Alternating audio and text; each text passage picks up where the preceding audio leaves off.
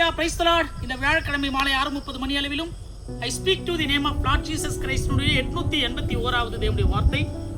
சாத்தான் தேவனிடம் யோபு என்ற ஒரு நீதிமான் பரிசுத்தவானுக்கு விரோதமாக ஒரு கலகத்தை செய்கிற ஒரு வார்த்தையை சொல்றோம். என்னன்னா, கடவுள் நீங்க அந்த மனுஷனை அவன் உடம்பையும் அவன் எலும்பையும் அவன் தோலையும் நீங்க தொடுங்க, அவனை நிர்மூலமாக்குங்க.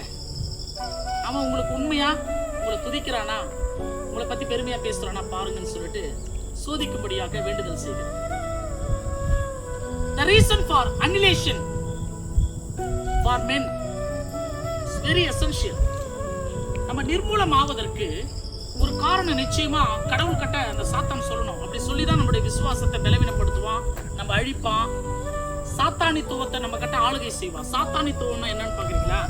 தெய்வத்துவம்னு ஒண்ணு இருக்குது. ஏன்னா ஒரு சகலத்தையும் படைத்த சிருஷ்டிகர், சர்வ வல்லமை படைத்தவர், ஜீவனையும் மரணத்தையும் தன் கரத்தில் கொண்டிருக்கிறவர், பரலோகத்தையும் நரகத்தையும் அவருடைய கரத்தில் கொண்டிருக்கிறவர், அதிசயமானவர், அற்புதமானவர், ஆலோசனை கர்த்தர், வல்லமையுள்ள தேவன், நித்திய பிதா, சமாதான பிரபு, எதை வேணாலும் சொல்லலாம். இது கர்த்தருடைய தெய்வத்துவம். சகலத்தையும் சிருஷ்டித்தவர், சிருஷ்டிகர். அவராலே கூடாத காரியம் ஒன்றும் இல்லை, தேவனால எல்லாமே கூடும். இப்போ சாத்தானித்துவம்னு ஒண்ணு இருக்குதுல்ல, இந்த சாத்தானித்துவத்தை பற்றி தான் இன்னைக்கு பார்க்க போறோம். இந்த சாத்தானுடைய இந்த 11 வகையான அஸ்திரங்கள் இந்த பூமியிலே ஒவ்வொரு மனிதனுக்கு எதிராக செயல்படுத்தும். இந்த 11ல எதிரையாவது ஒண்ணுத்துல நிச்சயமா நம்ம விழுந்துருவோம். கடவுள் நம்மளை நிர்மூலமாக்குவதற்கு அது ஒரு காரணம் ஆயிடும்.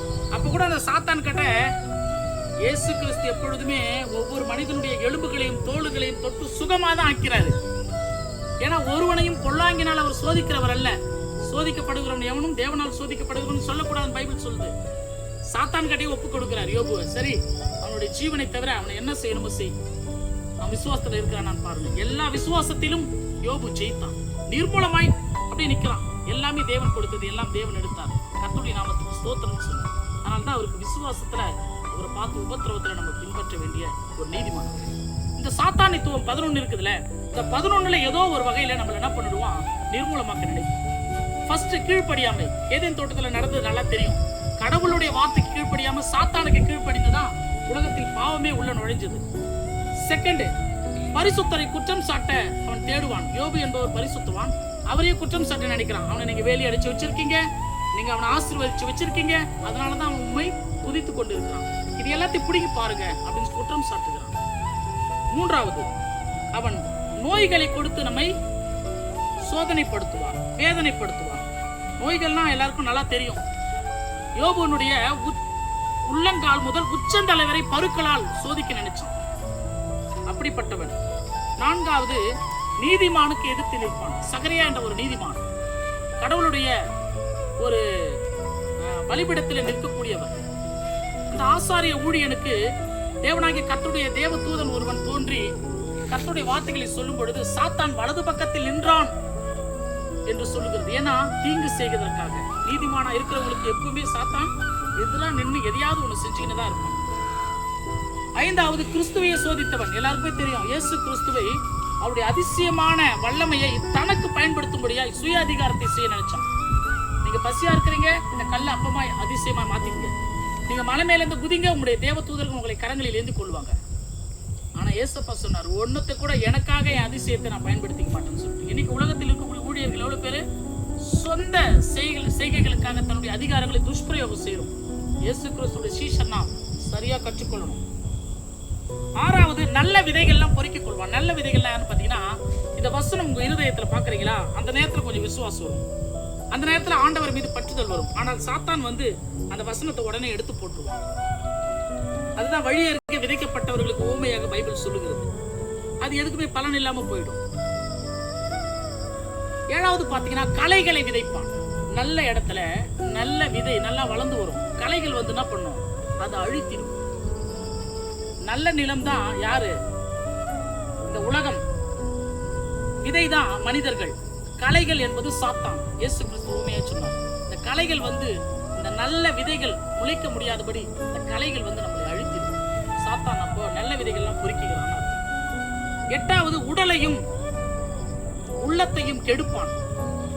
யூதாஸ் காரியத்தை எவ்வளவு ஒரு பரிசுத்தமான ஒரு ஊழியத்தில் இருந்தாரு.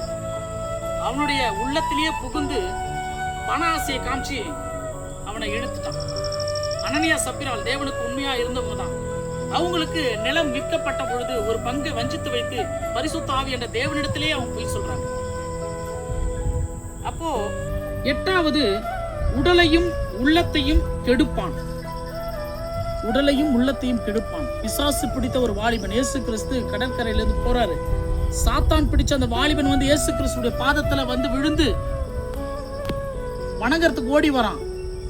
அவன் நுரை தள்ளி கீழே விழும்படியாய் சாத்தான் செய்தான். 18 வருடமாய் நிமிர முடியாத கூனியாய் ஒரு பெண்மணியை அப்படியே கட்டி வச்சிருந்தான். இயேசு கிறிஸ்து விடுதலை தந்தார். இப்படி இந்த உடலையும் உள்ளத்தையும் அவன் கெடுத்து நம்மளை ஒடுக்கி வச்சிருப்பான். இது சாத்தானித்துவம். 9வது, பொய்களை உரைக்கிறவன். பொய்க்கு பிதாவே சாத்தான் தான் தெரியுமா? திருடன் திருடவும் கொல்லவும் அழிக்கிறானே வருகிறான் என்று வேறொன்றுக்கும் வரமாட்டான்.